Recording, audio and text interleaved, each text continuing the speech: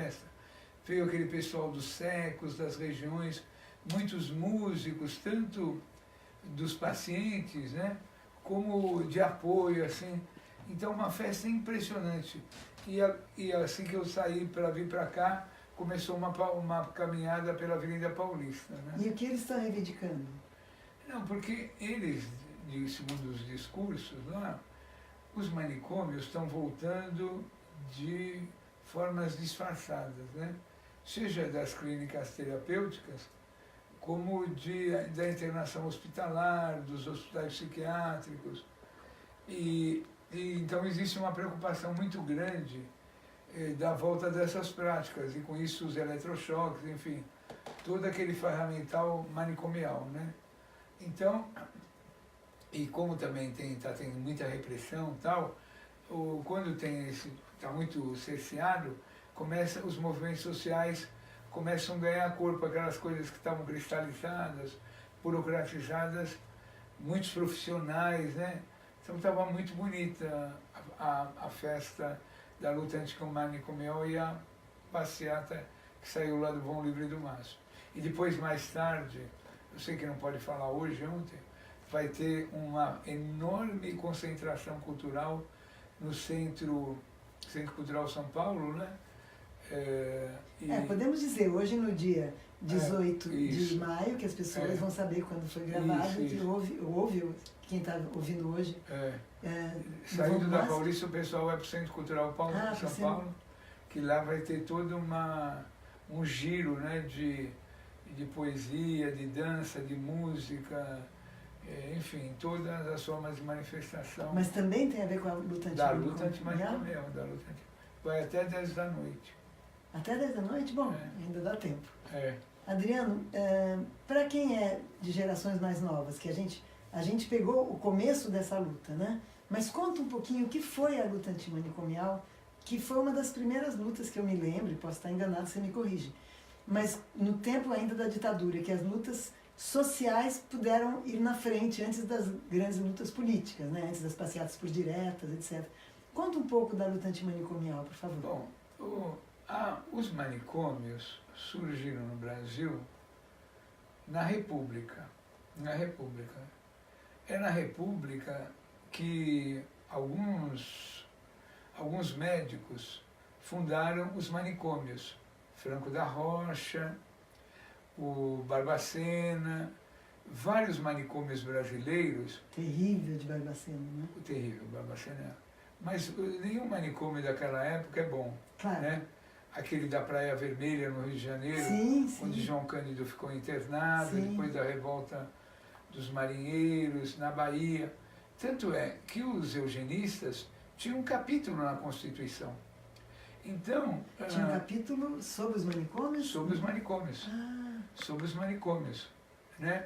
Porque os manicômios, depois, na época de Getúlio, eles viraram como se fosse, não era INSS, não era uma coisa paga pelo Estado, né? O Estado remunerava muito bem a quantidade de internos.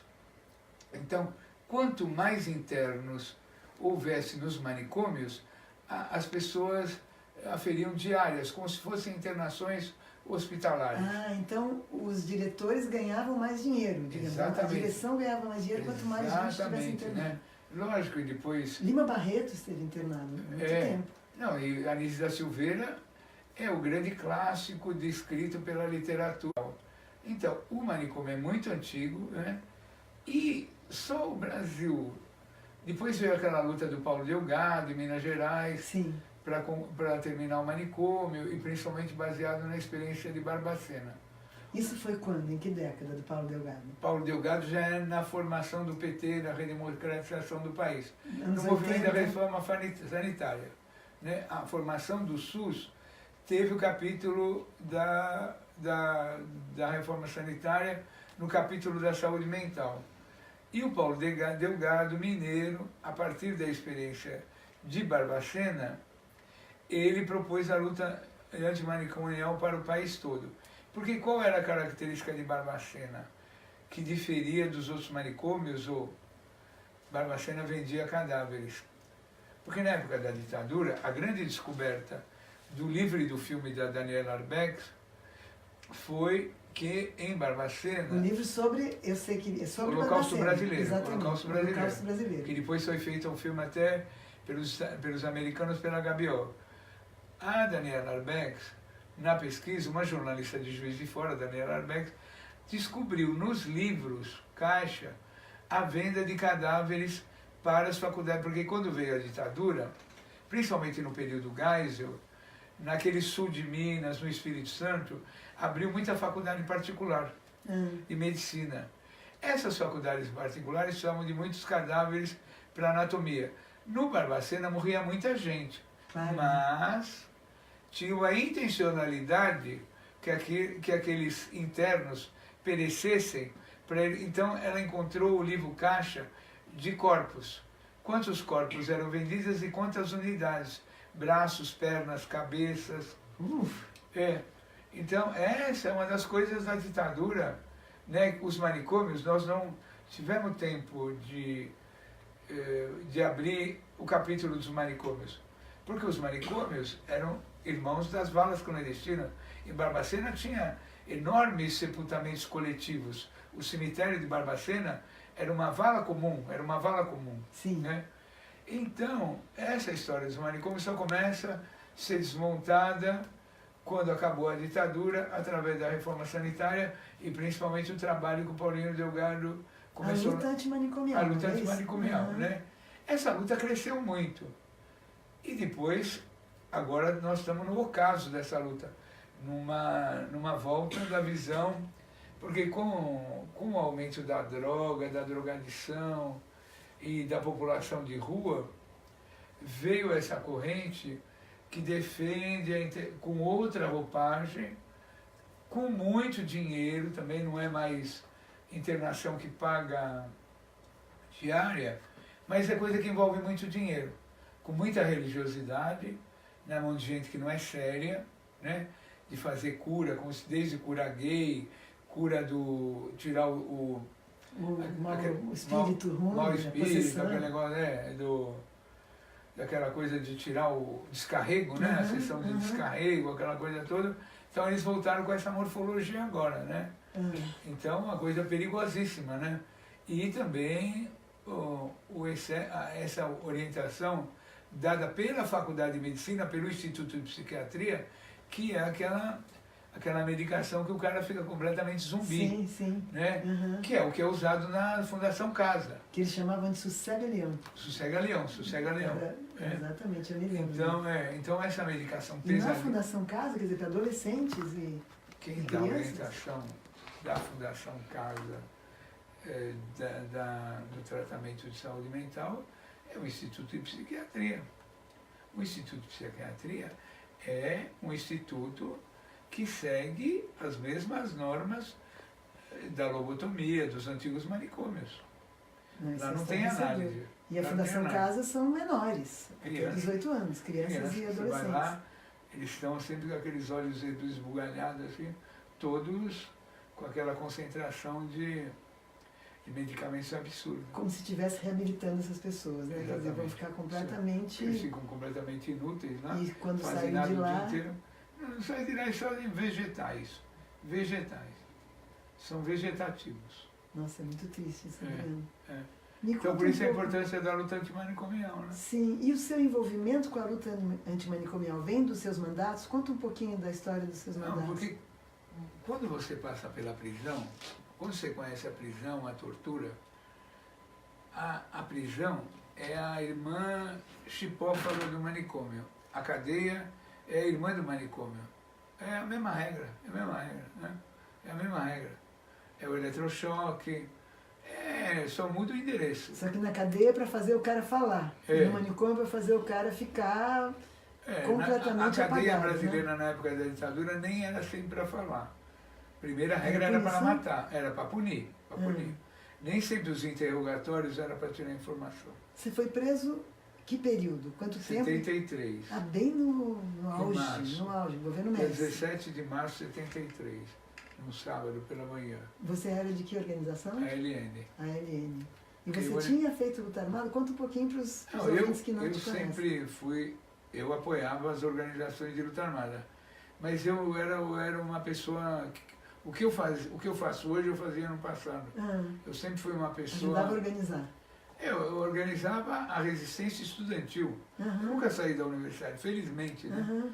Quando eles iam me pegar, que aí era aquele processo doloroso, que você tinha que sair da legalidade para ir para a clandestinidade, Sim. era o caminho da morte. Eu fui preso antes de ir para a clandestinidade. Por que a clandestinidade era o caminho da morte? Teve gente que ficou e depois... Não, porque primeiro que era o fim. Sim, o fim do sujeito das político. Organizações Armadas. E a disparidade de forças era tão grande que se a pessoa saísse de casa, pegasse um documento falso e pusesse uma arma na cintura, era para evitar ser preso e torturado. Era para morrer atirando. Era para morrer antes de ser preso e torturado, para não dar informação e para não sofrer tanto. Então, a luta armada houve e tal, foi uma coisa impressionante, mas não era uma coisa assim de, como eles falavam, de confronto, né? Morto em tiroteio, não era nada disso. Não, tanto que o Brasil teve 3 vítimas do lado da repressão, né? Aquele tenente que o Lamarca levou para o Raso da Catarina, o guarda que morreu, um passante que morreu na bomba que foi jogada na embaixada, e um soldadozinho, um soldado lá no quartel de Ibirapuera. Isso. Foram os 3. E as pessoas ainda fazem a tal da teoria dos 2 lados, né? Dizem que já não tem teoria dos 2 lados. Então, como eu... Porque, só para você ter uma ideia, eu fiquei 90 dias numa cela solitária.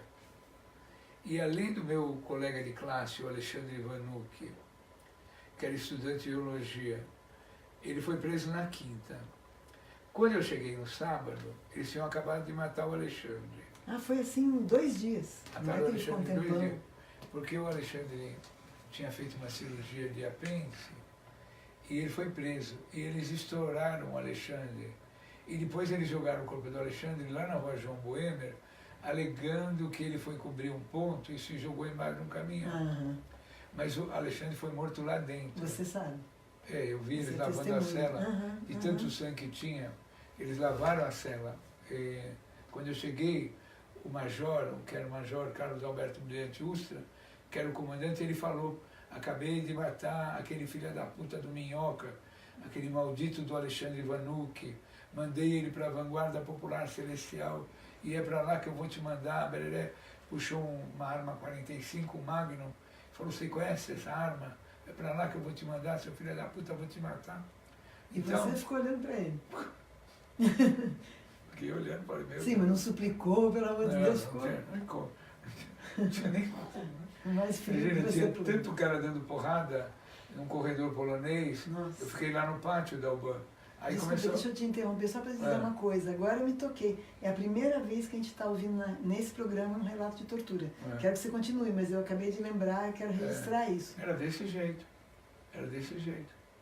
E aí, depois, não, você falou do corredor polonês, eu te interrompi. Não, porque era um sábado. Ia ter a retomada de todos os estudantes que iam chegar do trote, da recepção aos calouros na USP. Sei. Então ia ter uma concentração estudantil enorme na História e Geografia. Eu fui dar aula de manhã, passei em casa para vir para a USP e eles estavam lá. Eles estavam dentro de um caminhão baú da Folha de São Paulo.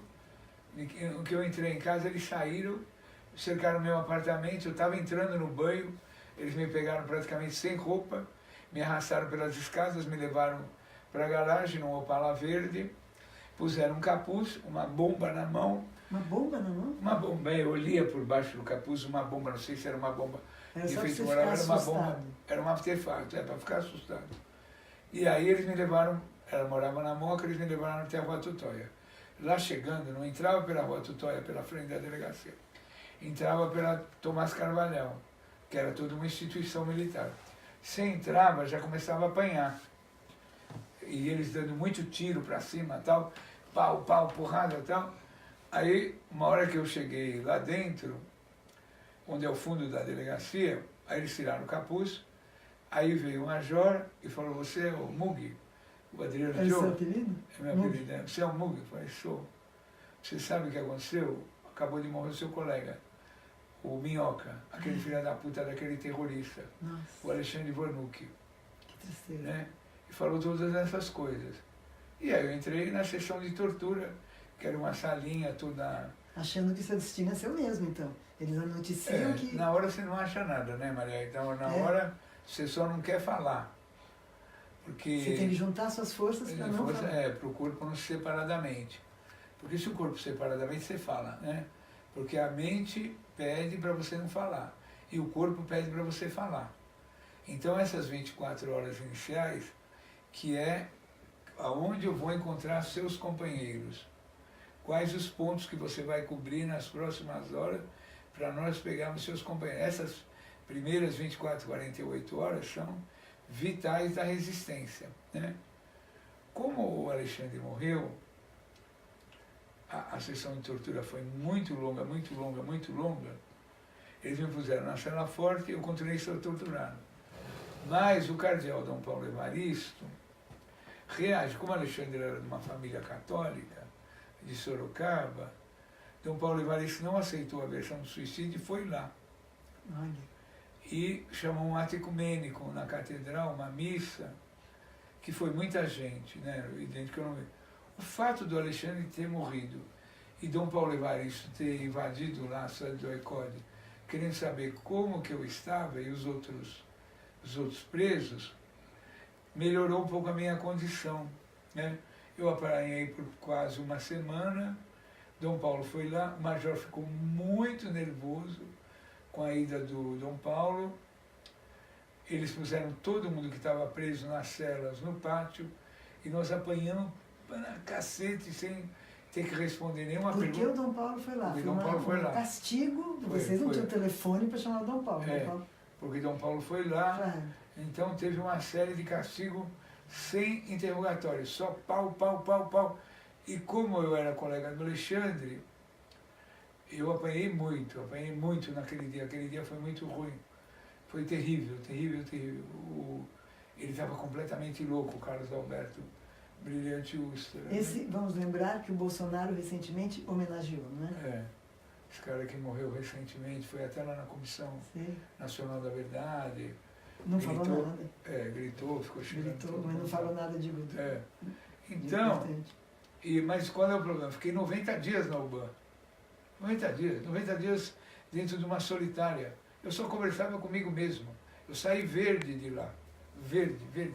Completamente ictérico. Eu não tomava sol. A comida era horrível, né? Porque era quase 1 metro quadrado, a solitária. Então o buraco sanitário, o boi, né? Como chamava, o prato ficava do lado do boi. Você não tinha nem como comer, né? E como tinha muita tortura, porque a cela forte é ao lado da cela de tortura. Então, você ouve todos os interrogatórios, tudo. As pessoas, porque não para de cair gente, não para, né? E eu lembro como se fosse hoje todas as pessoas, o nome das pessoas que foram presas, as histórias das pessoas que foram presas, né? As pessoas que foram mortas durante o período que eu estive lá. Quantas pessoas foram mortas, Adriano? Foi morto o Márcio Beck Machado, Maria Augusta Tomás, que eles mataram lá em Goiás. Eles mataram o povo do Molipo lá, no próprio pátio, fuzilaram os caras do Molipo. Eles... Que quer dizer, Movimento de Libertação Popular, para quem é mais jovem. Né? O Scavone estava preso lá.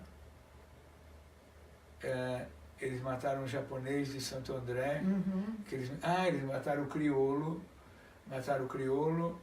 Luiz da LN, Luiz, o crioulo, que era o companheiro daquela senhora de Recife, aquela senhora que ajudou na Comissão da Verdade lá do Recife. Sim, não lembro o nome. Uma senhora gordinha, Sim. Socorro, né? Não sei. Olha, eu vou te contar uma que eles fizeram, só vou te contar essa. Depois do presídio da UBAN, eu fui para o DOPS. Eu fui junto com o Edibal Piveta. O Edibal Piveta foi preso com o grupo de teatro União Hélio Vivo, ele era meu advogado, e nós fomos para o DOPS. Nós ficamos 45 dias no DOPS. No DOPS eu não fui torturado, só fui maltratado pelo Fleury, porque o Fleury era muito louco, fim de semana ele usava muita droga, então ele levava lá para cima, era uma humilhação desgraçada. Eu vi morrer no DOPS Edgar de Aquino Duarte, que é um marinheiro, amigo do Cabo Anselmo, que está desaparecido, e vi um cara da Justiça Comum, japonês, que eles tiraram da nossa cela e mataram lá na Rua do Triunfo, jogaram o corpo lá na Rua do Triunfo. Então, quando eu cheguei no presídio, era o presídio de Hipódromo, era um presídio muito barra pesada, porque era presídio de presos da Justiça Comum que não tinha processo, chamado correcional. Tinha muita rebelião, né? Eu fui para lá. Quando eu cheguei lá, fiquei uns dias lá, uma madrugada eles foram uma noite, o preso não pode sair à noite, mas eles foram me buscar uma noite. Opa. Aí eu voltei para o Alban, os caras que vieram me buscar. Você ficou com medo que eles iam te matar? Claro que eles iam me matar. Os caras não falaram nada comigo, eu só fui no Camburão, né, algemado. Aí eles me levaram para uma cela, fiquei dormindo lá na UBAN. Quando acordei de manhã, o carcereiro passou e falou, o chefe falou que não é para você tomar café. Isso quer dizer o seguinte, quando você não toma café é que você vai ser torturado. Eu fiquei muito mais apreensivo, fiquei quieto. Por volta, sem perguntar nada, por volta da hora do almoço, eles falaram, vamos subir, vamos subir. Aí não foi o major que me interrogou. Eles me mandaram uma foto, porque todas as fotos que eles mostravam, das pessoas que eles matavam enquanto a gente estava lá, até pro forma para dizer, a pessoa já vinha autopsiada, já vinha costurada. Mas essa daí era uma foto do rosto de uma japonesinha. Aí eu olhei aquela foto, estava muito maltratada, desfigurada. Aí eles falaram assim, conhece? Não conheço. Sueli Kateyama. Sueli Kateyama. De letras. Você conhecia? Suelizinha do PCdoB. Essa menina, é? Pegamos ela no Araguaia. Já estava morta? Morta. Foto de morta. O rosto de morta. Já era de foto morta. Depois de morta. Cheia de terra, assim, toda desfigurada. Pegamos ela no Araguaia. Eu falei, no Araguaia? No Araguaia. Sua amiga. É minha amiga. Ela foi minha caloura. Imagina, ela veio lá de Oswaldo Cruz. Não sabia nem falar português. Simples. Assim, rural, bem rural. Estudiosa pra caramba. Ficou amiga dos caianos lá. Da família do Genuíno, lá, né, os caianos. Os caianos, a japonesinha, ela era de letras, estudava letras, como matar a menina. Imagina você, querida Maria Rita, que eles foram me buscar no presídio, só para mostrar a crueldade de mostrar o crânio da menina. Eu acho que estava decapitada, estava todinha barbarizada, para mostrar a foto da Sueli Kateyama, né? Então, você imagina o grau de loucura desses caras, né? Então, você imagina, era de março, eu não tinha feito 24 anos, tinha 23 anos, eu era estudante de geologia, igualzinho que eu sou hoje, praticamente só fazia teatro na universidade. Eu era que nem aluno do Boal, e ele me orientava para fazer teatro. Era teatro barra pesada pra caramba. Maravilhoso, meu amigo, que morreu em 2009, Augusto Boal. A gente estudava teatro com a Helene Guariba, com a Dulce, com o Celso Brateschi. Eles eram os nossos professores de teatro. Sim. E a gente ia para a universidade, tinha uma menina lá na ECA, Claudinha Alencar, que até era sobrinha neta do Marechal Humberto de Alencar Castelo Branco. Ela, como a ECA não ia aluno durante o dia, ela orientava a gente a fazer teatro. Então a gente só fazia teatro sob a ditadura, só barra pesada. Né? Então era isso que eu fazia na universidade. Então, também era de teatro, né? Opa, cara, era maravilhoso. Então estou te contando como que era a nossa vida, entendeu? Então essa é a minha historinha desse período da repressão. Deixa eu te contar um episódio do Araguaia que quando eu estava na Comissão da Verdade, eu fiquei com os camponeses, porque eu tenho bastante contato com o MST, então eu quis investigar os camponeses. E como meus colegas tinham sido advogados de presos políticos, era bem natural que eles ficassem... Cardoso, né? A Rosa, Carlos Dias, ficassem com os mortos e desaparecidos da luta urbana. E eu fiquei com os camponeses. E a primeira viagem que eu fiz, no tempo da comissão, foi para Araguaia, para a região do Araguaia.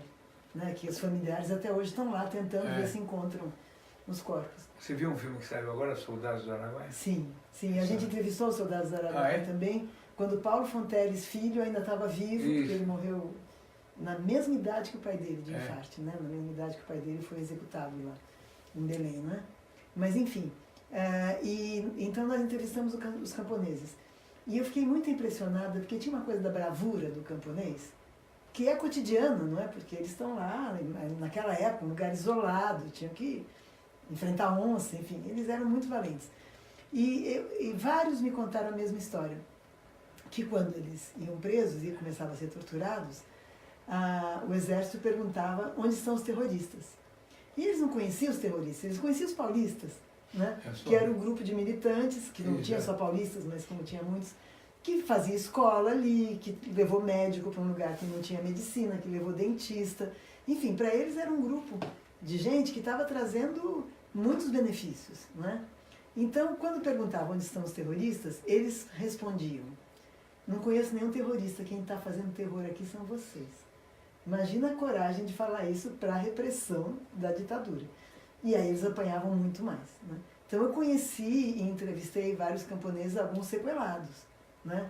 Um senhor que, inclusive, a mulher dele que tinha que falar por ele, porque ele apanhou muito na cabeça, teve um derrame, ficou com dificuldade de fala, ficou com dificuldade de caminhar, enfim. Mas tinha essa, só queria contar isso, quer dizer, essa cultura oral também do camponês, não é? Que o boca a boca se difunde muito rápido, e essa resposta muito valente de dizer quem está fazendo terror, e sem saber que se chama de terror de Estado hoje em dia, não é?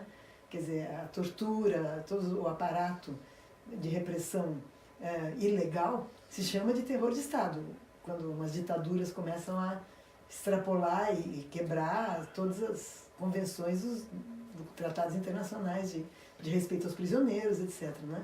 E eles falavam isso. Me comovia muito assim, essa valentia. Uma palavra, quer dizer, pendurado no pau de arara e ainda... E você vê que o filme Soldados do Araguaia é todo baseado na experiência das clínicas do testemunho. Sim, sim. É muito bonito. Impressionante. Você depois na clínica do testemunho? Não, eu só ajudei a desenhar o projeto, né? Que nós trouxemos a Fabiana Rousseau. Sei. Você estava lá. Sim. E aí foi desenvolvido o projeto lá, com todas aquelas dificuldades. Não depus na clínica, não. Tá, para quem não sabe, para os ouvintes que não sabem, as clínicas do testemunho foram criadas mais ou menos no mesmo tempo, não coincidiram os mandatos, mas no período da Comissão da Verdade, em seguida, eu acho que se criaram as clínicas do testemunho em várias cidades, em que se reunia os ex-sobreviventes de tortura, os familiares, etc., com psicólogos, né, acho que era uma audiência aberta, não era, Adriano? A clínica do testemunho era um tratamento. E as pessoas falavam, mas era coletivo. Podia ser grupo e individual. Tinha individual também. Tinha individual, com gente muito sequelada. Precisava era tratamento falar. mesmo. E os psicólogos, quando eram em grupo, também as pessoas falavam e os psicólogos estavam ali também. Não era só coisa lúdica, era... Não, lúdica não. Não, lúdica assim, não era só... mas era tratamento. Era como uma terapia possível para... Era tratamento. E que eu me lembre, no caso dos grupos, havia também um pressuposto de que não só tratar, como você pode... Eu recebi em consultório, não é? Particular, ex-torturados, etc. Mas a ideia é que, além de tratar, isso vem lá também dos sobreviventes de campos de concentração, o Primo Levi fala nisso, não só tratar, mas tornar público, também é curativo.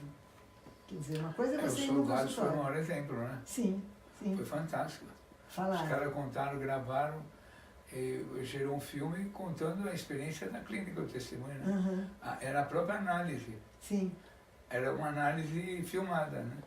Você sabe que é uma história que tem a ver com o nazismo, mas o Primo Levi, né, que foi um dos sobreviventes de campos de concentração, quando ele estava internado ainda, ele tinha um pesadelo recorrente, que ele voltava para casa, contava o que ele tinha passado e ninguém acreditava.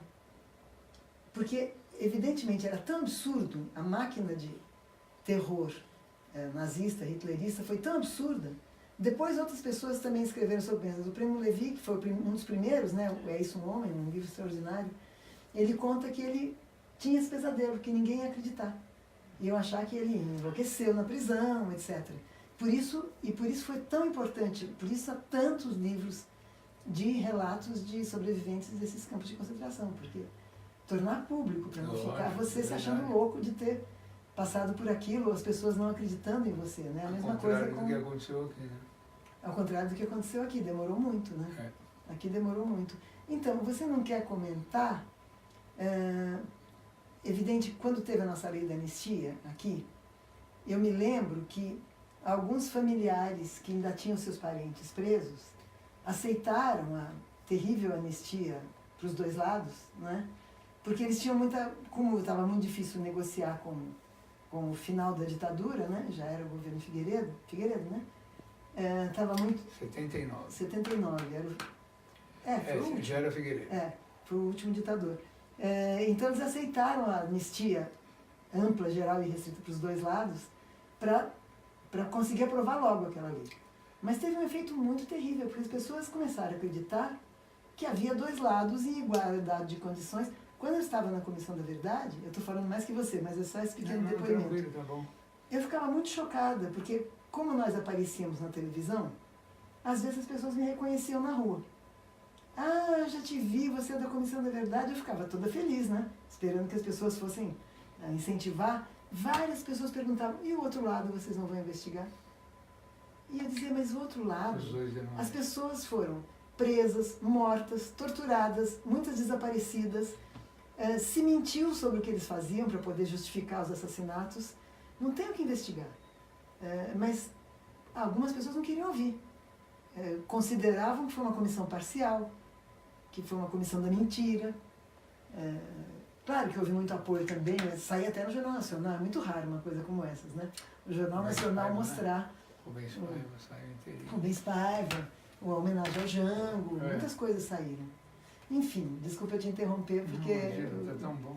Fui me lembrando do período da comissão, mas eu ficava muito decepcionada quando as pessoas vinham com esse depoimento.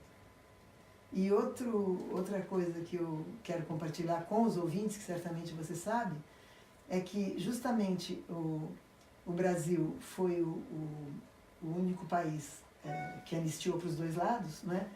O único país que as polícias continuaram militarizadas, acho que a gente devia comentar isso também, e o único país, os que tiveram ditaduras na América Latina, né? Em que a polícia hoje mata mais do que em tempos de repressão militar.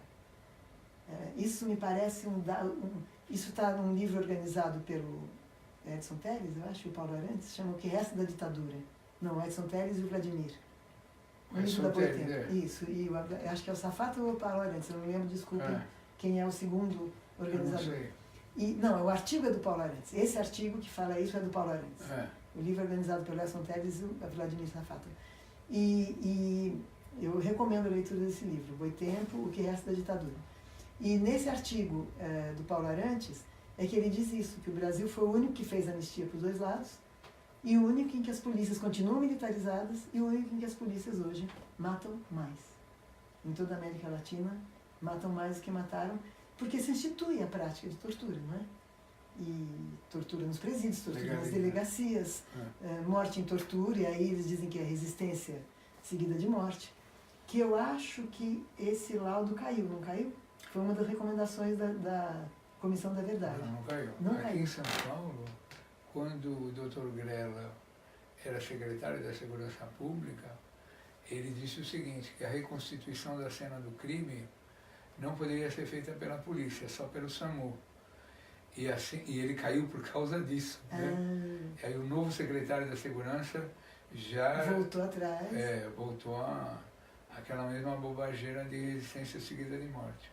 Então, troca de tiro, resistência à prisão. Quer dizer, a reconstituição da cena do crime, porque alguns ouvintes são mais jovens, alguns ouvintes talvez não sabem exatamente isso, o que se faz na reconstituição da cena. A reconstituição da cena do crime é o elemento básico para saber se a pessoa foi executada, ou se a pessoa estava armada, se ela resistiu, se ela atirou na polícia, né? Então, esse é o elemento chave para se saber se a pessoa que foi assassinada no meio da rua, ela estava armada, se ela atirou antes e tal. Então, isso aqui em São Paulo durou alguns meses para se fazer de acordo com a lei. Isso acabou em São Paulo, continua vigindo no país, e agora, desde o golpe da intervenção militar, eles nem têm a preocupação de dizer que foi resistência seguida de morte. É morte e fim de papo, né?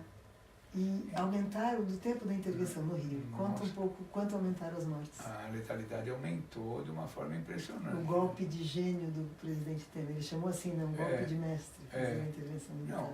Não, a ditadura terminou em 1985. Depois veio a Constituição e foi feita uma Carta Magna maravilhosa. Mas essa Carta Magna nunca valeu para o povo brasileiro, para a maioria do povo brasileiro, né?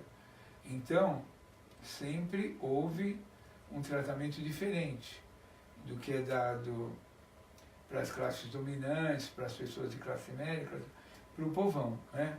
Então, a ditadura só unificou. Como é que a ditadura fazia? Ela unificava a repressão política, a repressão popular. Por isso que morreu gente de classe média na ditadura. Exatamente, hoje em dia é muito raro. exatamente. Tanto é que agora com a revelação desse documento, por exemplo, as pessoas falam, não, mas o Geisel, na época do Geisel, não tinha assassinatos, né? As execuções, qual era a epidemiologia, se a gente for falar de bioestatística do governo Geisel? Não tinha morto, só tinha desaparecido, né? E os desaparecidos podiam ser considerados gente que fugiu e se escondeu. Só teve que fazer uma lei depois para considerar todos os desaparecidos mortos para efeito legal. Uhum. Então, e que Figueiredo, porque como era o governo Geisel? Era um triunvirato militar. Era Ernesto Geisel, presidente da República, Orlando Geisel, ministro da Guerra, como é chamado, ministro das Forças Armadas e tal, e João Batista Figueiredo, chefe do CNI. E quem era lógico, o Golbery atrás de tudo isso. Quem era o estrategista? Era João Batista Figueiredo. João Batista Figueiredo, ele era um assassino. Ele traz da França um militar chamado General Jean Paul Sarrès. Ah, sim. O Paul Sarrès... Teve na Guerra da Argélia. Que teve na Guerra da Argélia, teve no Vietnã, teve na Guerra da Argélia depois da Segunda Guerra Mundial, no governo de Gaulle, depois da Segunda, matou cerca de 3 milhões de argelinos, tanto na Argélia como nas favelas da França, e foi contratado... 3 milhões, é um país. As pessoas falavam em 1 milhão e 300. Os argelinos dizem que ele... Quem é esse general? É aquele filme Batalha de Argel, do Gilles Pontecorvo, que ele entra nos cortiços lá. Sim, vai fuzilando as pessoas. E ele criou os Esquadrões da Morte. Ele escreveu um livro, a Leneide, aquela senhora radicada que é marido dela psicanalista. Isso, casada com Plum. Ele escreveu um livro do general. O general é contratado pelos americanos para preparar os oficiais americanos para ir para o Vietnã. Porque os americanos não sabiam nem como entrar no Vietnã.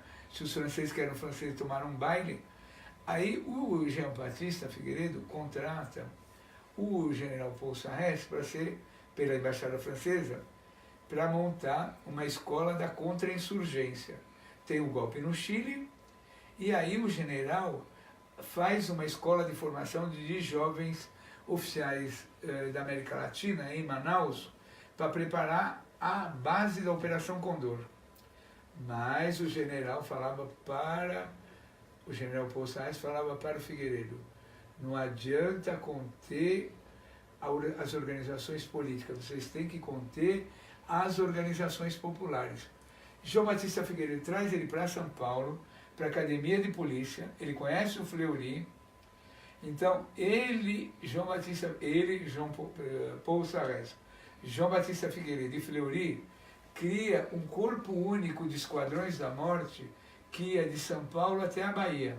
Nossa, que história estarrecedora, isso tudo eu não sabia. Né? Ele cria aqueles grupos de paramilitares, aquelas milícias... Foram criadas pelo Figueiredo. Pelo Figueiredo, a unificação dos esquadrões. O Figueiredo unifica os DOI-CODE, unifica todos os sistemas de informação, forma aquela escola que eles chamavam... que nem uma escola das Américas em Manaus, que era para a formação do... E o que acontece a partir daí? Começa a se matar os presidentes da República, os ministros de Salvador Allende, na fronteira com a Argentina começa a se matar todo mundo, no Uruguai começa a se prender gente, no Brasil e Uruguai, é a Operação Condor. Certo. É a Operação Condor. Conhecida. É Geisel Figueiredo. A chacina da Lapa, do PCdoB, Sim, que não tinha ninguém armado, né? foi Geisel.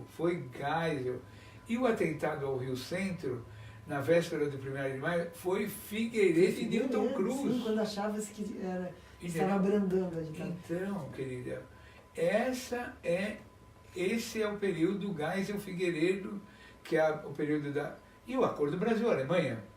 O Brasil virou uma Germânia, não só por causa daquelas usinas nucleares, aquela sucata, eles trouxeram o Acordo das Hidrelétricas, foi a época de Itaipu, Ilha Solteira, todas as barragens do sistema Paraná. E terra indígena, inclusive, que eu pesquisei. Não, foi a época que a Volkswagen fez a fazenda Rio Cristalino, que eles deram uma terra do tamanho da Holanda e da Bélgica para fazer a Volkswagen, fazer aquele desmatamento. Que apoiava o BAN, talvez. Que, lógico, quem trabalhava na Volkswagen era Paul Stengel, chefe do campo de concentração de Treblinka e Sobibor. Isso eu não trabalhava sabia. Esse com nome eu nunca tinha ouvido falar. Paul Stengel, pode ver, quem faz comissão da verdade não pode errar uma vírgula, porque acaba tudo. Entendeu? O presidente da Volkswagen era Wolfgang Sauer. Sim. Wolfgang Sauer.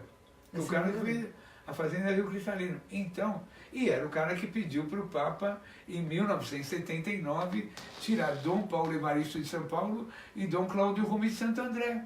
Assim que assumiu aquele Papa polonês, Wojtyla, o Delfim Neto, então isso aqui virou uma Germânia. Aquele que morava em Bertioga lá, Mengele, ele almoçava na Volks toda semana. Ele era amigo de Paul Stengel. Mengele, esse era o mais... Mengele. Um carrasco nazista. Um crápula, né? Que disse que fazia alimentação natural, bereré. Morava aqui no interior, depois foi morrer em Bertioga. Não sei se o Serviço Secreto de Israel matou ele, disse que morreu afogado numa praia de Bertioga, né? Então, essa Germânia é o Acordo Brasil-Alemanha. Né? O Senimar voltou a ser orientado. A Marinha, tanto é que quando a Rosa Kuczynski é presa, qual é o relatório da Marinha? Rosa Kuczynski, uma perigosa infiltração do governo de Israel no programa nuclear brasileiro, ela tinha, justificando a morte e desaparecimento. Então, isso tudo é Geisel Figueiredo, né? Então, eu estou espantada porque eu te chamei e você tem uma quantidade de informações e o jeito de articular essas informações, evidentemente, que eu acho que vai render 2 programas, Adriano. Não, de verdade. Eu vivo falando isso e daqui a pouco vamos ter uma segunda rodada com vários entrevistados do Conversa Solta. Mas no seu caso, eu estou um pouco com pena, porque pelo meu tempo e o tempo do programa. Então eu vou te pedir para dizer mais alguma coisa que você acha muito relevante em relação à atualidade e ficar com o compromisso de te chamar outra vez, porque você não chegou nem na metade, né, das coisas que você tem a nos contar. Para a atualidade, com a prisão do Lula, como eu sou muito ligado à família do Flávio Tavares e do Camilo Tavares, que eles fizeram aquele magnífico livro e o documentário, o dia que durou 21 anos. Sim. Eu só estou preocupado quanto tempo vai durar esse golpe, né? Porque golpe é uma coisa... Os caras não dão golpe para um fim de semana, né? E não dão golpe só para resolver alguns problemas trabalhistas. O golpe tem raízes profundas, né?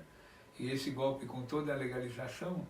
Então eu estou muito preocupado que vai ser do Com Brasil. toda a aparência de legalização, Com né? essa aparência, todo o né? aparato de Esse formato que legitimidade. não é militar, é judicial e tal. Eu estou muito preocupado com o que vai acontecer com a nossa terra, com as gerações, né? Eu ando pela rua, vejo tanta gente de idade, né? Arrumando, tentando vasculhar o No lixo para comer. morando na rua, gente que você vê pelas Que é roupas. família, né? E gente Era que você vê que veio para a rua anteontem. Agora, né? Que Porque a morava pessoa- num quartinho Exato. alugado, numa pensão, Exato. e está na rua. É isso, só isso. Infelizmente, hoje a gente vai encerrar o programa de uma maneira triste, mas acho que a gente tem que encarar o Brasil. E você contou um pedacinho, né, do que está atrás do que está acontecendo hoje. E do que está aflorando, né? A única coisa que eu posso te dizer